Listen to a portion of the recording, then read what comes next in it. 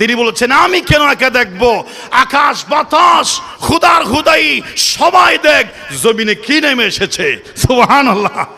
তোরা দেখে যা আমেনা মায়ের কোলে, তোরা দেখে যা আমেনা মায়ের কোলে, মধু পূর্ণিমারি সীতা চাঁদ দোলে, তোরা দেখে যা আমেনা মায়ের কোলে।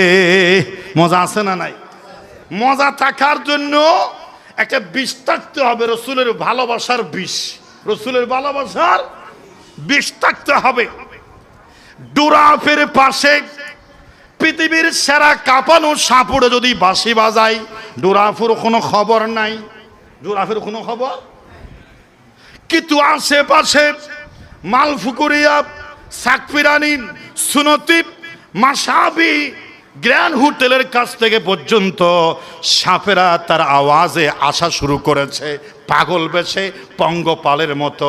কিন্তু লালির বাপের পাড়ার জমিনের পুকুরের পাশে একটা ডোরা সাপ আছে, ইতি গুমজার কি যা কি রে ওরা তোর খানম বেদের সাপুরের আওয়াজ নজান না, মাসাবির তু নাই যার গই, সেনার তু নাই যার গই, সাকফিরানের তু নাই যার গই, উইও যা কন্যা তুই কে ফুরি তেকিস হদি ইতরা তুম বিষ আছে আয় ফুরা কইলে তুম বিষ নাই, খোঁতায় বাজাইলো আতের কোনো খবর নর জোরহ ঠিক কিনা।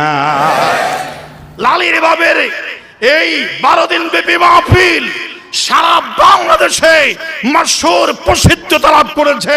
এটা নিয়ে চট্টগ্রামের, দক্ষিণ চট্টগ্রাম জেলার মানুষ ভাবে সুন্দর একটি মাহফিল এই বড় হাতিয়ার হয়েছে।